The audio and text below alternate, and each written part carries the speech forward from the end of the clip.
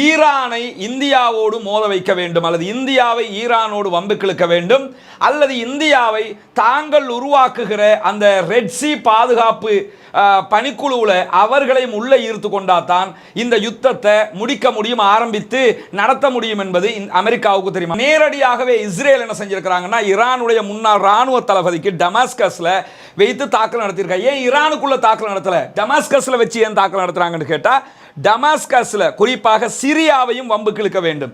சிரியாவோடையும் ஏற்கனவே அவங்களுக்கு ஒரு வாய்க்கா தகராறு இருக்குது.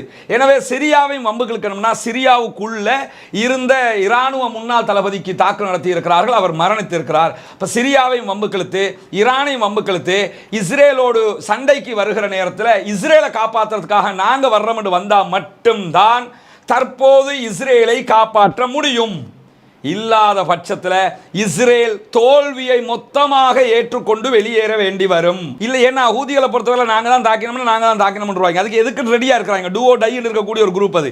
அதனால் நாங்கள் தாக்கினோம்னு தாக்கவில்லை என்றாலும் நாங்கள் தாக்கவில்லை என்று சொல்லிவிடுவார்கள். அவ்வளவு ஒரு பெரிய தொகை ஹமாஸ் படையினரை நம்முடைய படை கொல்லவே இல்லை என்று சொல்லி இட்சாக் பிரிக்ஸ் என்ன செய்கிறாருன்னு கேட்டால் அடித்து சொல்லி இருக்கிறார். நம்ம சொல்ல தேவையில்லை, அவங்களே சொல்லிக்கிறாங்க. அவங்களே ஆளுக்கால் செருப்பு கழட்டி அடிச்சுக்கிட்டு இருக்கிறாங்க, தும்பு கட்டையால் அடிச்சுக்கிட்டு இருக்கிறாங்க, வழக்கமாத்தால் அடிச்சுக்கிட்டு இருக்கிறாங்க, காரி துப்பிக்கிட்டு இருக்கிறாங்க. இந்த தாக்குதல்களை எல்லாம் கவனிச்சிங்கன்னு சொன்னா, இந்த தாக்குதல்கள் எல்லாம் ஆரம்பத்தில் நம்ம சொன்னோம்ல, ஒரு 30 செகண்டுக்கு தான் வீடியோ போட்டுக்கிட்டு இருந்தாங்க கஸ்ஸாம் பிரிகேட். இப்போ போடுற வீடியோக்கள் எல்லாம் நிமிட கணக்கில் போட்டுக்கிட்டு இருக்கிறாங்க. இதுவும் ஒரு 3 நிமிடம் ஓடக்கூடிய ஒரு வீடியோ போட்டுக்கிறாங்க. இந்த வீடியோவை நம்ம அதாவது மறைக்காமலேயே காட்ட முடியும்னு நான் நினைக்கிறேன். கடைசி கட்டத்தை மட்டும் தான் காட்ட முடியாது. இதுல பாருங்க, ஒரு மெர்காவா இருக்குது.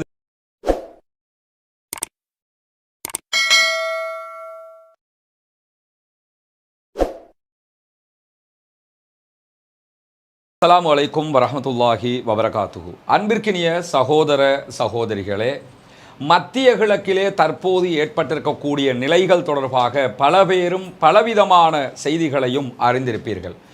மத்திய கிழக்கிலே இருக்கக்கூடிய அரபு நாடுகளுக்கு மத்தியிலே ஒரு கொதிப்பு நிலை தற்போது உருவாகி இருக்கிறது. குறிப்பாக ஹூதிகள் ஒரு பக்கம் ரெட்சீல இருக்கக்கூடிய இஸ்ரேலுக்கு ஆதரவான கப்பல்கள் மீது தாக்குதல்களை நடத்தி கொண்டிருக்கிறார்கள்.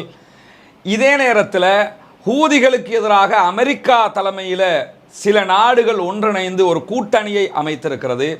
ஒருபுறம் ஈரானுக்கும் இஸ்ரேலுக்கும் மத்தியிலே ஒரு முருக நிலை உச்சகட்டத்தை தொட்டு கொண்டிருக்கிறது.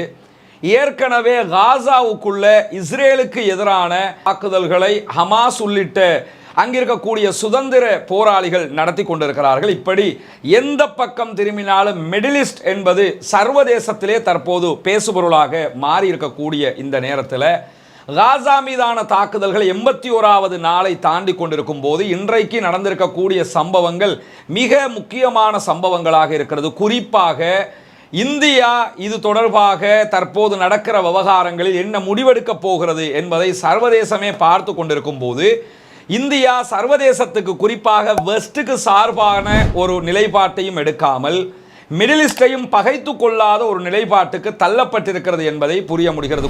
என்று சொன்னால், யாராவது அவர்களை நோக்கி வருகிற, இந்தியாவை நோக்கி வருகிற கப்பல்களை யாராவது தாக்கினால் அதை தடுத்து நிறுத்துவதற்குரிய ஒரு வேலையை இந்தியாவினுடைய பாதுகாப்புத்துறை செய்திருக்கிறது, இந்தியாவினுடைய நேவி செஞ்சிருக்கிறாங்க.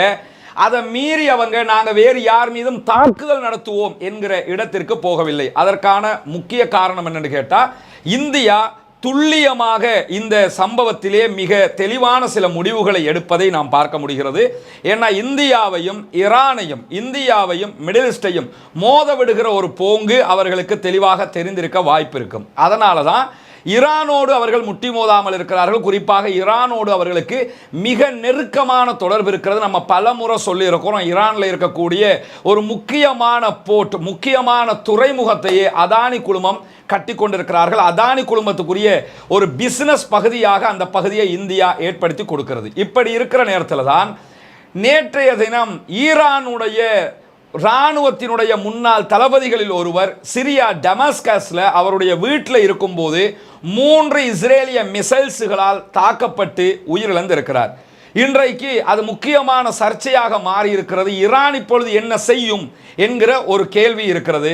நம்முடைய கணிப்பை பொறுத்தவரையில் நாம் புரிந்து கொள்கிற ஒரு விஷயம் என்னன்னா, ஈரான் ஒன்றும் செய்யாது, கண்டிக்கிறாங்க. மிக கடுமையான கண்டனங்களை வெளியிட்டிருக்கிறார்கள், எச்சரிக்கையை விடுத்திருக்கிறார்கள், இஸ்ரேல் மீது கடும் பாய்ச்சலை வெளிப்படுத்தியிருக்கிறார்கள் என்கிறதெல்லாம் ஒருபுறம் இருக்கிறது. எது எப்படி போனாலும் அவர்கள் இஸ்ரேலோடு நேரடியான யுத்தம் ஒன்றுக்கு தற்போதைய நிலையில் போக மாட்டார்கள். இந்த சர்வதேச ஜியோ பாலிட்டிக்ஸை பார்க்கும்போது போகாமல் இருப்பதுதான் சிறந்தது, அதுதான் பாலஸ்தீன வெற்றிக்கு வழிவகுக்கும் என்பதுதான் உண்மையாகவும் இருக்கும். ஏன்னு கேட்டால் இந்த சர்ச்சைக்குள்ள நடக்க போகிற விஷயம் என்ன நமக்கு தெரியும். ஏற்கனவே ஹவுத்திகள் ரெட்சீல வரக்கூடிய இஸ்ரேல் ஆதரவு கப்பல்களை தாக்கி கொண்டிருக்கிறார்கள் போது இந்தியாவை நோக்கி போய்கொண்டிருந்த, இந்தியாவுக்கு நெருக்கமாக கல்கத்தா பார்டர்களை தாண்டி போய்கொண்டிருந்த ஒரு கப்பல் மீது 2 நாட்களுக்கு முன்பதாக ஈரான் ட்ரோன் தாக்குதல்களை நடத்தியது என்கிற குற்றச்சாட்டு எழுந்தது. ஈரான் அதை முழுமையாக மறுத்துவிட்டார்கள். ஈரான் அதை அந்த தாக்குதலை நடத்தவில்லை. அதே நேரம் ஹவுசிகளும் நாங்களும் அந்த தாக்குதலை நடத்தவில்லை என்று சொல்லி இருக்கிறார்கள். இந்த 2 தரப்பும் நடத்தவில்லை. கண்டிப்பாக இதை நடத்தியது அமெரிக்காவினுடைய ஆயுதம் தாங்கி கப்பல் என்பதுதான் உண்மை. ஏன் அமெரிக்காவினுடைய ஆயுத தாங்கி கப்பல் நடத்துறாங்கன்னு சொன்னா, ஈரானை இந்தியாவோடு மோத வைக்க வேண்டும், அல்லது இந்தியாவை ஈரானோடு வம்புக்கிழுக்க வேண்டும், அல்லது இந்தியாவை தாங்கள் உருவாக்குகிற அந்த ரெட் சீ பாதுகாப்பு பணிக்குழுவில் அவர்களை உள்ளே ஈர்த்து கொண்டாதான் இந்த யுத்தத்தை முடிக்க முடியும், ஆரம்பித்து நடத்த முடியும் என்பது அமெரிக்காவுக்கு தெரியும். அமெரிக்காவை பொறுத்தவரையில் எக்காரணம் கொண்டும் ஒரு பெரிய யுத்தத்திற்கு தனியாக வரமாட்டார்கள், வந்தது கிடையாது. போன இடமெல்லாம் தோற்று வெளியேறி இருக்கிறார்கள். குறிப்பாக வியட்நாமில் அடித்து துரத்தப்பட்டார்கள். அதே போன்று ஆப்கானிஸ்தான் மேற்கினுடைய சுரங்கப்பாதையாக மாறியது. ஏற்கனவே ரஷ்யா வெளியேறியது, அதற்கு பிறகு அமெரிக்கா அடிவாங்கி கொண்டு வெளியேறியது. இப்படி அவங்க போன இடமெல்லாம் அடி வாங்கிட்டு தான் போயிருக்கிறாங்க. தனிச்சு நிற்க முடியாது, கூட்டத்தோடு நிற்கவும் முடியாது. அப்படி இருக்கும்போது தான் இப்பொழுதும் இந்த கூட்டமாக சேர்த்துக்கிட்டு வந்து யமன் மீதும் அதே நேரத்தில் லெபனான் மீதும் தாக்குதல் நடத்துவதற்கான ஒரு திட்டத்தை போட்டாங்க. இந்த நிமிடம் வரைக்கும் அது சாத்தியப்படவில்லை. ஈரான் தற்போதைய நிலையில் இப்படி ஒரு தாக்குதலை நடத்துவதற்கு முனையாது. ஏன்னு கேட்டால் இந்த கப்பல் மீதான தாக்குதல் ஈரான் செய்யலை, மோத விட பார்த்தாங்க. இப்போ நேரடியாகவே இஸ்ரேல் என்ன செஞ்சிருக்கிறாங்கன்னா, ஈரானுடைய முன்னாள் ராணுவ தளபதிக்கு டமாஸ்கஸில் வைத்து தாக்குதல் நடத்தியிருக்காங்க. ஏன் ஈரானுக்குள்ள தாக்குதல் நடத்தலை, டமாஸ்கஸில் வச்சு ஏன் தாக்குதல் நடத்துகிறாங்கன்னு கேட்டால், டமாஸ்கஸில் குறிப்பாக சிரியாவையும் வம்புக்கு இழுக்க வேண்டும். சிரியாவோடையும் ஏற்கனவே அவங்களுக்கு ஒரு வாய்க்கா தகராறு இருக்குது. எனவே சிரியாவையும் வம்புக்கு இழுக்கணும்னா சிரியாவுக்குள்ள இருந்த இராணுவ முன்னாள் தளபதிக்கு தாக்குதல் நடத்தி இருக்கிறார்கள், அவர் மரணித்திருக்கிறார். இப்போ சிரியாவையும் வம்புக்கு இழுத்து ஈரானையும் வம்புக்கு இழுத்து இஸ்ரேலோடு சண்டைக்கு வருகிற நேரத்தில் இஸ்ரேலை காப்பாற்றுறதுக்காக நாங்கள் வர்றோம் என்று வந்தால் மட்டும்தான் தற்போது இஸ்ரேலை காப்பாற்ற முடியும். இல்லாத பட்சத்தில் இஸ்ரேல் தோல்வியை மொத்தமாக ஏற்றுக்கொண்டு வெளியேற வேண்டி வரும். அதனால தான் இப்போ என்ன கணக்கு பண்ணுறாங்கன்னு சொன்னால், ஹமாஸிடத்தில் இஸ்ரேல் தோற்றுவிட்டது என்கிற கேவலத்தை தடுக்கணுமாக இருந்தால் கண்டிப்பாக இதற்குள்ள ஈரானை வம்புக்கு இழுத்து விடணும். இழுத்து விட்டு அமெரிக்காவும் வந்து ஈரானோட சண்டை பிடிக்கணும், மற்ற ஜெர்மன் பிரித்தானியா எல்லாம் வந்து ஈரானோட சண்டை பிடிக்கணும். சண்டை பிடிச்சா என்ன ஆகும்னா, ஒன்றோ ஈரானையும் அவர்கள் அழிக்கக்கூடும், அல்லது ஈரானுக்கு ஆதரவாக ரஷ்யா போன்ற நாடுகள் வருவதற்கும் வாய்ப்பு இருக்கிறது. இப்படி ஒரு சண்டை வந்தால் சுதந்திர பாலஸ்தீனம் என்கிற பேச்சு அடிபட்டு போய்விடும். இதுதான் இங்கு நடக்கக்கூடிய ஒரு ஜியோ பாலிட்டிக்ஸாக இருக்கிறது. எனவேதான் இந்த இடத்துல ஈரான் மிக துல்லியமாக முடிவெடுத்தால் கண்டிப்பாக அவர்கள் தாக்காமல் இருப்பதுதான் சாலச் சிறந்தது என்பதுதான் இந்த இடத்துல நாம் பெறக்கூடிய ஒரு முடிவாக இருக்கிறது. இதுதான் இந்த இடத்துல இதுவரைக்கும் நடந்த சம்பவங்கள். எனவே ஈரான் கண்டிப்பாக அவர்கள் தாக்குதல் நடத்த மாட்டார்கள். தாக்குதல் நடத்தாமல் இருப்பதுதான் சிறந்தது என்பதை புரிந்து கொள்ளுங்கள். இப்படியான நேரத்தில் இன்றைக்கு என்னவெல்லாம் நடந்திருக்கிறது, அடுத்தடுத்த விவகாரங்கள் என்று பார்க்கும்போது, இன்றைக்கும் ஹூதிகள் தரப்பினால் ஒரு கப்பல் மீது தாக்குதல் நடத்தப்பட்டிருப்பதான செய்திகள் வெளியாகி இருக்கிறது. யமனுடைய துறைமுகத்தில் இருந்து பாபல் வந்த பகுதிகளில் இருந்து 50 மைல் கடல் மைல் தூரத்தில் ஒரு கப்பல் மீது தாக்குதல் நடத்தப்பட்டிருக்கிறது என்கிற ஒரு செய்தியை யூகேயை தளமாக கொண்டிருக்கக்கூடிய கடல்சார் ஆய்வுக்குழு அறிவித்திருக்கிறார்கள். இப்படி ஒரு தாக்குதல் நடந்திருக்கிறது என்கிறார்கள். ஆனால் இந்த நிமிடம் வரைக்கும் ஹூதிகள் நாங்கள் தான் இதை தாக்கினோம் என்கிற எந்த செய்திகளையும் சொல்லவில்லை. அந்த யூகேயினுடைய கடல்சார் ஆய்வுக்குழுவும் இது எந்த கப்பல் எங்கே இருந்து எங்கே போகிறாங்க யார் என்கிற தகவல்களையும் அவர்கள் இதுவரைக்கும் வெளிப்படுத்தவில்லை. எனவே ஹூதிகள் இதை ஒப்புக்கொண்டு அறிவிக்காத வரைக்கும் ஹூதிகள் தான் இதை தாக்கினார்கள் என்கிற முடிவுக்கு நாம் வர முடியாது. பொறுத்திருந்து பார்ப்போம். நம்முடைய இரவு அப்டேட்டுக்குள்ள இது தொடர்பான செய்திகள் வந்தா நம்ம அதை தருவோம். இல்லை ஏன்னா ஹூதிகளை பொறுத்தவரை நாங்க தான் தாக்கினோம்னு அதுக்கு எதுக்கு ரெடியா இருக்கிறாங்க. டூ ஓ டை இருக்கக்கூடிய ஒரு குரூப் அது. அதனால நாங்க தாக்கினோம்னு தாக்கவில்லை என்றாலும் நாங்கள் தாக்கவில்லை என்று சொல்லிவிடுவார்கள். இரவு அப்டேட்ல இதனுடைய அடுத்த கட்டம் என்ன என்கிறத நாம் தெரிந்து கொள்ள முடியும். அப்படி இருக்கிற நேரத்தில் இன்றைக்கு இஸ்ரேலுடைய முன்னாள் ராணுவ தளபதி டான் ஹெலூஸ் என்ன செஞ்சிருக்கிறாருன்னா ஒரு பேட்டி கொடுத்திருக்கிறார். குறிப்பாக இந்த பேட்டி அவர்களுடைய ஊடகங்களே இன்றைக்கு ஹெட்லைனாக வெளியிட்டிருக்கிறார்கள். சர்வதேச ஊடகங்களும் வெளியிட்டிருக்கிறது. அதில் அவர் என்ன சொல்றாருன்னு கேட்டா, we lost war against Hamas அப்படிங்கிறாரு. நாங்கள் ஹமாஸுக்கு எதிரான இந்த வார்ல தோல்வி அடைந்து கொண்டிருக்கிறோம், தோல்வி அடைஞ்சிட்டோம், நாங்க இழந்துட்டோம் அப்படின்னு சொல்லி ராணுவ தளபதி, முன்னாள் ராணுவ தளபதி அவர்களுடைய அஹ்ரோனோத் பத்திரிகைக்கு வழங்கி இருக்கக்கூடிய பேட்டியிலேயே இதை சொல்லி இருக்கிறார். சர்வதேச ஊடகங்களும் இதை இன்றைக்கு தலைப்புச் செய்திகளாக மாற்றி இருக்கிறது. வெளிப்படையாகவே இப்ப பேசுறாங்க, நம்ம தோத்துட்டோம், நம்மளால முடியல என்று பேசுறாங்க. அவர் தொடர்ந்து அவர் கொடுக்கிற பேட்டியில என்ன சொல்றாருன்னு கேட்டா, இந்த யுத்தம் நேருக்கு நேர் நடத்தப்படுவதில்லை அப்படின்னு சொல்லி ஒன்று சொல்லியிருக்கிறாரு. நேருக்கு நேர் நடத்தப்படுவதில்லைன்னா நேருக்கு நேர் தான் இதுக்கு முன்னாடி நடந்தது. இப்படி 1 to 1 தான் சண்டை பிடிச்சாங்க. இப்போ நீங்க பார்த்தீங்கன்னா கடந்த ஒரு 10 நாளாக யுத்தம் நேருக்கு நேர் நடப்பதில்லை தான். நேருக்கு நேர் நடக்கிறதுனா இப்படி 1 to 1 ஃபயரிங் நடக்கல. எப்படி நடத்துக்கிறாங்க? கெரில்லா தாக்குதல் நடத்தப்படுகிறது. எப்படி கெரில்லா தாக்குதல்னா, வெளியால பங்கர் எந்த இடத்தால வெளியே வருவாங்கன்னு தெரியல, புற்றீசல் மாதிரி வெளியே வருவாங்க, வந்ததும் தாக்குதல் நடத்துவாங்க, தாக்குதல் நடத்திட்டு போய் ஒழிச்சுக்கிறாங்க. எனவே அவர்களுக்கு திருப்பி தாக்க முடியல. அதாவது இந்த தாக்குதல் யுக்தியெல்லாம் பார்த்தீங்கன்னு சொன்னா வரலாற்று ரீதியாகவே இந்த யுக்திகள் சில இடங்கள் தான் மாறும்.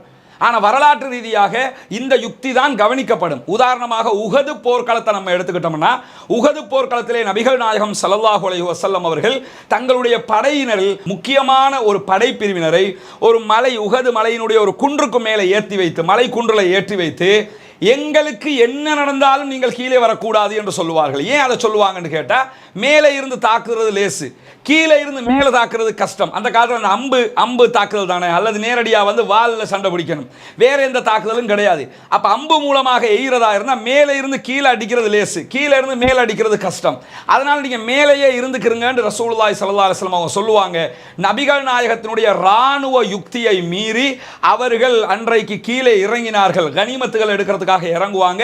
இறங்கும் போதுதான் உஹது யுத்தம் திசை மாறியது. பின்னால் அன்றைக்கு எதிரிகள் படையிலே இருந்த காலித் இப்னு வலீத் ரலியல்லாஹு அன்ஹு அவர்கள் பிற்காலத்திலே சைஃபும் மின் சுயூஃபில்லாஹ், அல்லாஹ்வினுடைய வாள்களில் ஒரு வாள் என்று வர்ணிக்கப்பட்ட காலித் இப்னு வலீத் ரலியல்லாஹு அன்ஹு அவர்கள் தன்னுடைய ஒரு படையை அழைத்து வந்து மீண்டும் முஸ்லிம்களுடைய படை மீது அட்டாக் பண்ணுவாங்க.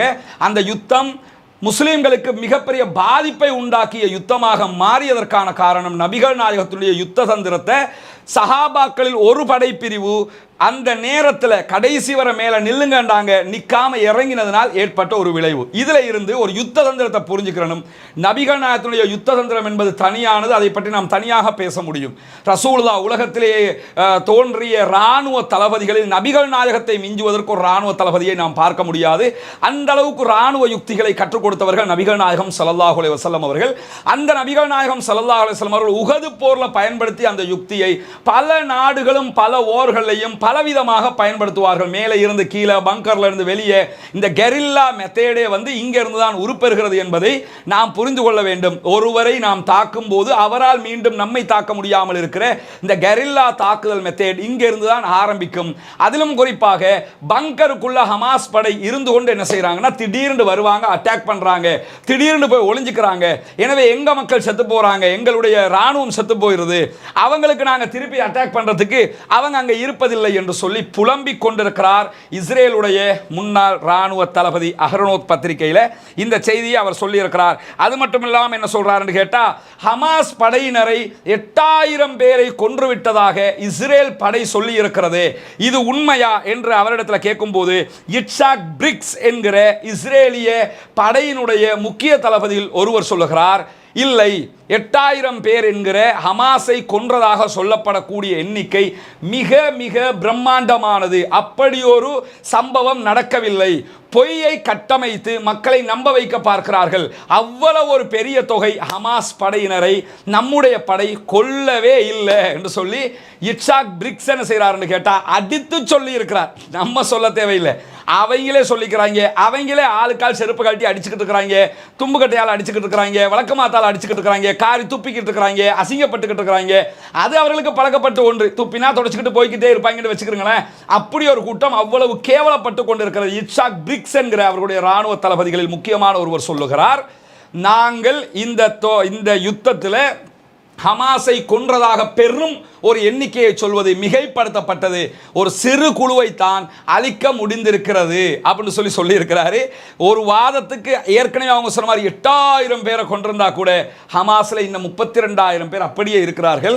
80 நாளுக்கு தான் 8000 பேர் ஒரு கணக்கை அவங்க சேர்த்து கொள்ள முடியும். அதே இட்சாக் பிரிக்ஸ் என்ன செய்யறாருன்னு கேட்டால், இன்னொரு செய்தி என்ன சொல்றாருன்னு கேட்டால், இந்த யுத்தத்தில் இஸ்ரேலிய ராணுவமும் இஸ்ரேலிய ஆய்வாளர்களும் சொல்லுகிற ஹமாஸினுடைய சுரங்கப்பாதை தொடர்பான செய்திகளை நீங்கள் நம்பாதீர்கள். ஹமாஸினுடைய சுரங்கப்பாதைகளை அழிக்கிற விவகாரத்தில் இஸ்ரேலிடத்தில் எந்த விதமான ஒரு ஐடியாவும் அவங்கள்ட்ட இல்லை, எந்த ஒரு திட்டமும் இல்லை. அதை அழிப்பதற்கு முழுமையான ஆய்வுகள் அவர்களிடத்தில் இல்லை. இந்த இடத்துல கவனிச்சுக்கங்க, நிறைய சகோதரர்கள் நமக்கு அந்த மெசேஜ் அனுப்புகிறாங்க. இந்த ஒரு யூடியூப் சேனல் இருக்குது, இலங்கையை சேர்ந்த சகோதரர்கள் வெளிநாட்டில் இருந்து நடத்தக்கூடிய ஒரு பரபரப்புன்னு சொல்லி நடத்துக்க பேரே அப்படி தான் வச்சுருக்கிறாங்க.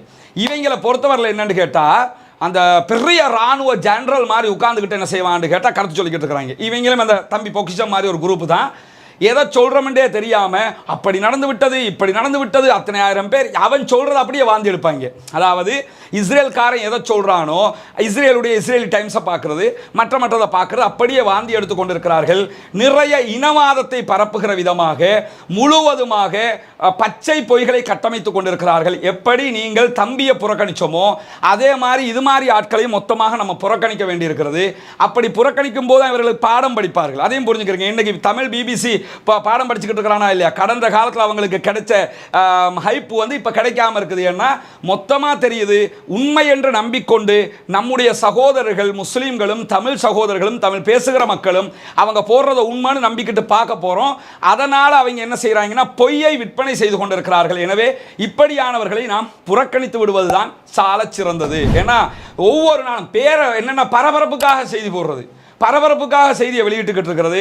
இப்படியானவர்கள் என்ன செய்கிறாங்கன்னு கேட்டால், இது போன்ற செய்திகளை கொண்டு வந்து வச்சு அப்படி நடந்து விட்டது இப்படி நடந்து விட்டது என்கிறாங்க. இது வந்து ஒரு சமூகத்தையே கீழ்த்தரமாக வழிநடத்துவதற்கான ஒரு முயற்சி என்கிறதையும் நாம் இந்த இடத்திலே விளங்கிக் கொள்ள கடமைப்பட்டிருக்கிறோம். இந்த இஸ்ரேலிய படை என்ன சொல்லுதுன்னு கேட்டால், இஸ்ரேலிய படையினுடைய இட்சாக் பிரிக்ஸ்ங்கிறவர் என்ன சொல்றாருன்னு சொன்னால், இஸ்ரேலிய படையிடத்தில் எந்த ஒரு அதாவது சுரங்கங்களை அழிப்பதற்கான திட்டமும் இல்லை என்கிறார். ஏன் இந்த இடத்துல அந்த சேனலை நான் சொல்லி காட்டுறேன்னு கேட்டால், இவங்க அந்த டைமில் போட்ட அந்த நியூஸ் எல்லாம் நீங்கள் பார்க்கணுமே. என்னன்னா, தண்ணீர் அடித்து கொண்டிருக்கிறார்கள், தண்ணீர் உள்ளே வந்து விட்டது, ஹமாஸ் சுரங்கம் காலின்றாங்க. எங்கடா தண்ணி அடித்தாங்க? அடித்த தண்ணியெல்லாம் எங்கே போச்சு?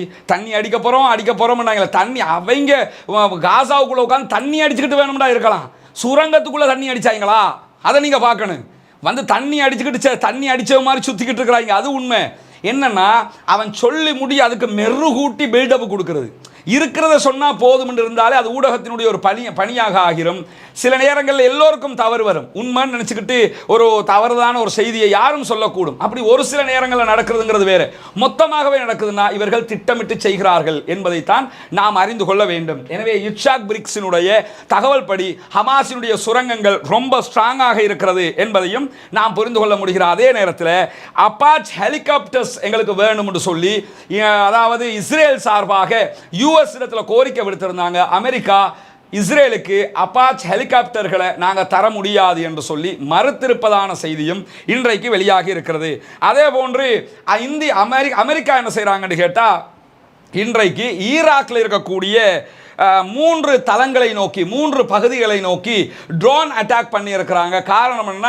ஈராக்கில் இருக்கக்கூடிய ஒரு குழு என்ன செய்கிறாங்கன்னா, தற்போது இஸ்ரேலையும் தாக்குகிறார்கள், அமெரிக்க படைகளையும் தாக்கி கொண்டிருக்கிறார்கள். ட்ரோன் அட்டாக் தான் பண்ணுறாங்க. எல்லாரும் வளர்ந்து தானே இருக்கிறாங்க. ஆரம்பத்தில் மாதிரி கிடையாது. இப்போ அவங்களுடைய ஆயுதத்தை எடுத்து அவங்களுக்கு அடிக்கிற அளவுக்கு வந்துட்டாங்க. அதனால் ட்ரோன் அட்டாக் பண்ணுறாங்க.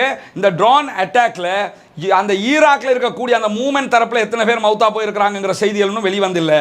ஆனால் அமெரிக்க ராணுவம் என்ன சொல்றாங்கன்னா, எங்களுடைய தரப்பில் 3 பேர் காயப்பட்டிருக்கிறார்கள் என்கிற செய்தியையும் அவர்கள் சொல்லி இருக்கிறார்கள். அதே மாதிரி இன்றைக்கு இஸ்ரேல் வெளியிட்டிருக்கக்கூடிய செய்திகளில் என்ன சொல்லியிருக்கிறாங்கன்னு கேட்டால், 25, 26 வயதுடைய 2 பேர் எங்களுடைய படையில் நாங்கள் இழந்திருக்கிறோம். 82வது படையணியின் வீரர் ஒருவரை நாங்கள் இழந்திருக்கிறோம். 75வது படை பட்டாலியனுடைய தளபதியை நாங்கள் இழந்திருக்கிறோம். 107வது தளபதியை இன்றைக்கு அவர்கள் இழந்திருக்கிறார்கள் என்பதும் இன்றைக்கு வெளியாகி இருக்கக்கூடிய ஒரு செய்தி. அஸ்ஸாம் படையணி என்ன செஞ்சிருக்கிறாங்கன்னு கேட்டால், அந்த அதாவது ஹிஸ்புல்லாக்கள் நடத்திய தாக்குதலும் கஸ்ஸாம் நடத்திய தாக்குதலுடைய வீடியோக்களும் இருக்கு. அது தனியாக நம்ம இப்ப காட்டுவோம். அதுக்கு முன்னாடி கஸ்ஸாம் நடத்திய தாக்குதல்களில் அல் புரூஜி என்கிற அகதி முகாமுக்கு அருகாமையில் மெர்காவா டேங்குகளை அழிச்சிருக்கிறோம் என்று சொல்றாங்க. சில ஜீப்புகளை அழிச்சிருக்கிறோம்ங்கிறாங்க. அதில் பல பேர் மரணம் அடைந்திருக்கிறார்கள். இஸ்ரேலிய ராணுவத்தின் பல பேரை அழித்திருக்கிறோம்ங்கிறாங்க. ஷேக் ரத்வான் பகுதிகளில் ஜீப் மீது நடத்தப்பட்ட ஆர்பிஜி தாக்குதலில் பல பேரை இஸ்ரேலிய ராணுவம் இழந்திருக்கு அல் குதுஸ் அறிவிச்சிருக்கிறாங்க. இப்படி அறிவிச்சிருக்கிற நேரத்தில் இன்றைக்கு நடந்த தாக்குதல்களில் மிக முக்கியமான தாக்குதல்கள் சிலவற்றை பாருங்க. இந்த தாக்குதல்களை எல்லாம் கவனிச்சிங்கன்னு சொன்னால், இந்த தாக்குதல்கள் எல்லாம் ஆரம்பத்தில் நம்ம சொன்னோம்ல, ஒரு 30 செகண்டுக்கு தான் வீடியோ போட்டுக்கிட்டு இருந்தாங்க கஸ்ஸாம் பிரிகேட். இப்போ போடுற வீடியோக்கள் எல்லாம் வந்து நிமிட கணக்கில் போட்டுக்கிட்டு இருக்கிறாங்க. இதுவும் ஒரு 3 நிமிடம் ஓடக்கூடிய ஒரு வீடியோ போட்டுக்கிறாங்க. இந்த வீடியோவை நம்ம அதாவது மறைக்காமலேயே காட்ட முடியும்னு நான் நினைக்கிறேன். கடைசி கட்டத்தை மட்டும் தான் காட்ட முடியாது. இதில் பாருங்க, ஒரு மெர்காவா இருக்குது. வெப்பனை எடுத்துக்கிட்டு என்ன செய்யறாங்கன்னா, இது யாசின் மாதிரி தெரியல, வேறொன்னை எடுத்துக்கிட்டு தான் அவர் ஓடுறாரு. பாருங்க, அவர் போறாரு, எடுத்துக்கிட்டு போறாரு. இங்க மெர்காவா இருக்குது. எவ்வளவு துல்லியமா போறாங்கிறத பாருங்க. இப்போ அந்த பின்பகுதிகளில் தான் போய் அதை தாக்குவாங்க. இந்த இடத்துல அவங்களோட ஆயுத கிடங்கு இருக்கிறதா சொல்லப்படுகிறது. அதுக்காக கூட தாக்கலாம். இந்த போயிட்டாங்க. போய் என்ன செய்வாங்கன்னு கேட்டால், அதுக்கு அட்டாக் பண்ணிட்டு ஓடி வரும்போது அது வெடிச்சு செதறும். இந்த காட்சி இன்றைக்கு அவர்கள் வெளியிட்டிருக்கிறாங்க. இது ஒரு இடத்தை காட்டுறாங்க, நீங்க பாருங்க. இது அவங்க இலக்கு வைக்கக்கூடிய காட்சி. இந்த இடத்துல இஸ்ரேலிய ராணுவம் இருக்கிறது. இந்த இருக்குது அந்த இடம். அதை இலக்கு வச்சு அது மேலே அட்டாக் பண்ணியிருக்கிறாங்க. அதே மாதிரி இங்கேருந்து தாக்குதல் நடத்தக்கூடிய காட்சிகளுக்கு இந்த பகுதிகள் பிளேர் பண்ணப்பட்டாலும் இந்த வீடியோ நமக்கு நீங்கள் டெலிகிராம் பேஜில் உங்களுக்கு தனியாக ரம்பிள் லிங்க்ல ஏற்றப்படும். அதில் நீங்கள் பார்த்துக்கலாம். இதெல்லாம் பார்த்தீங்கன்னா யாசீனை வச்சு இந்த மெர்காவா மீது தாக்குதல் நடத்தப்படுகிறது.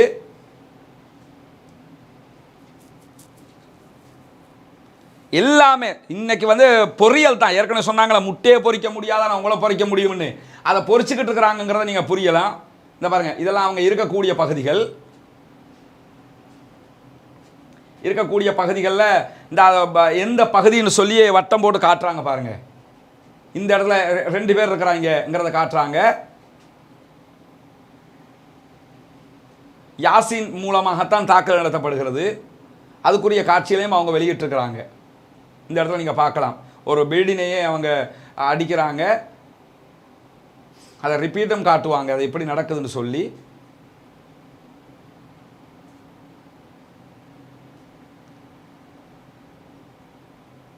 இந்த காட்சியில் வந்து அந்த இராணுவத்தில் இருக்கிறவன் தெரிச்சு போகிற காட்சிகளும் பதிவாகி இருக்கிறது.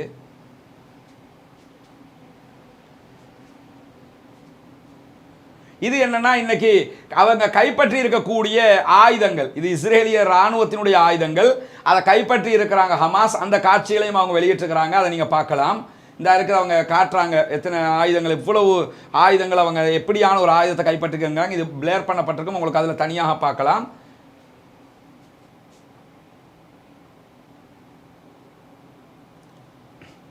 இதை நீங்க பார்த்தீங்கன்னா, அஸ்கலான் மீது நடத்தப்படக்கூடிய தாக்குதல்கள் இங்க இருந்து, அதாவது காசாவில் இருந்து, நார்த் காசா நாங்கள் பிடிச்சிட்டோம்ங்கிறாங்க. அந்த நார்த் காசா இதுதான்.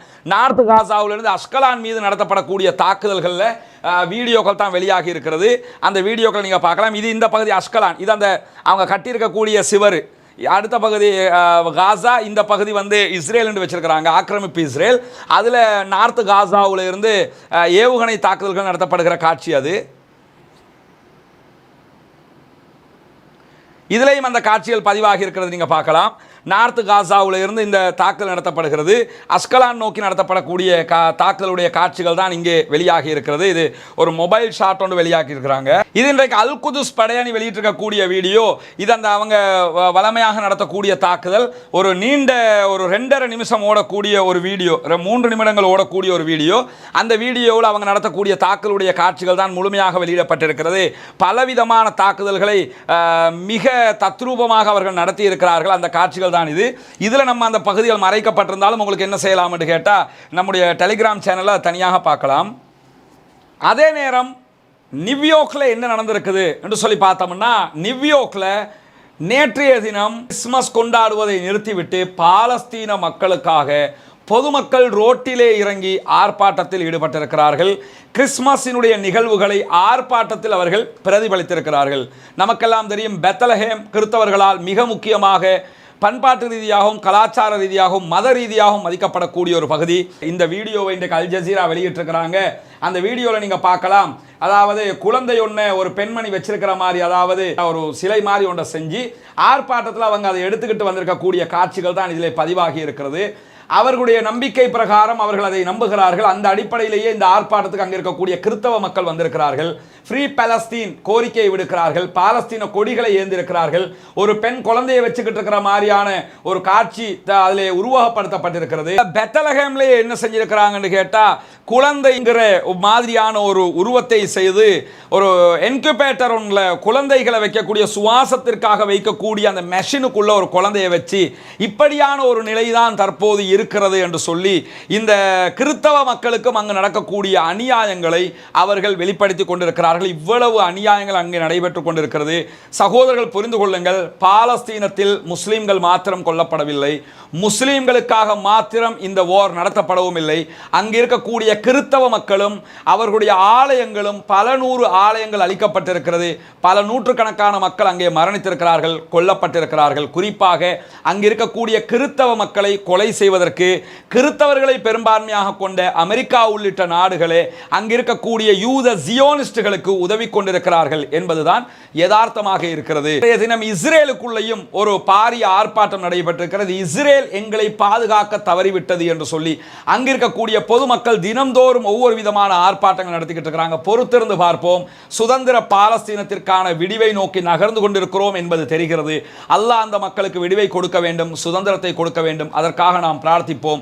அதற்காக சுதந்திரத்தை பெறுகிற வழியில் ஜனநாயக ரீதியாக நம்மால் முடிந்த போராட்டங்களை அந்த மக்களுக்காக நாம் செய்வோம். அந்த மக்களுக்கு சுதந்திரம் கிடைக்க வேண்டும் என்பதுதான் உலகத்திலே இருக்கக்கூடிய மனிதத்தை நேசிக்கக்கூடிய அத்தனை பேருடைய கோரிக்கையாகவும் இருக்கிறது. எனவே அந்த மக்களுக்கான நம்முடைய சேவைகளை முடிந்த வரைக்கும் தொடருவோம் என்று கோரிக்கை விடுத்தவனாக அல்லாஹ்விடத்திலே அந்த மக்களுக்காக பிரார்த்தனை செய்யுங்கள் என்று கேட்டுக்கொண்டு முடித்துக் கொள்கிறோம். வாஹிர் தஅவானா அல்ஹம்துலில்லாஹி ரப்பில் ஆலமீன். நம்முடைய சேனலில் வரக்கூடிய வீடியோக்களை தொடர்ந்து பார்க்க விரும்புகிற சகோதரர்கள் சேனலை சப்ஸ்கிரைப் பண்ணிக்கிறங்க. ரஸ்மின் MISC என்கிற சேனலை சப்ஸ்கிரைப் பண்ணிக்கிறங்க. அப்போ உங்களுக்கு அந்த செய்திகள் உடனே யூடியூப்லேயே உங்களுக்கு கிடைச்சிடும். நம்முடைய வாட்ஸ்அப் சேனலில் இணையாதவங்க இணைஞ்சுக்கிறங்க. அதே நேரத்தில் டெலிகிராம் சேனலில் இணையாதவங்க இணைஞ்சுக்கிறங்க. அது மூலமாகவும் உங்களுக்கு இந்த செய்திகளை நீங்கள் பெற்றுக்கொள்ள முடியும் என்பதையும் கூறிக்கொள்கிறோம்.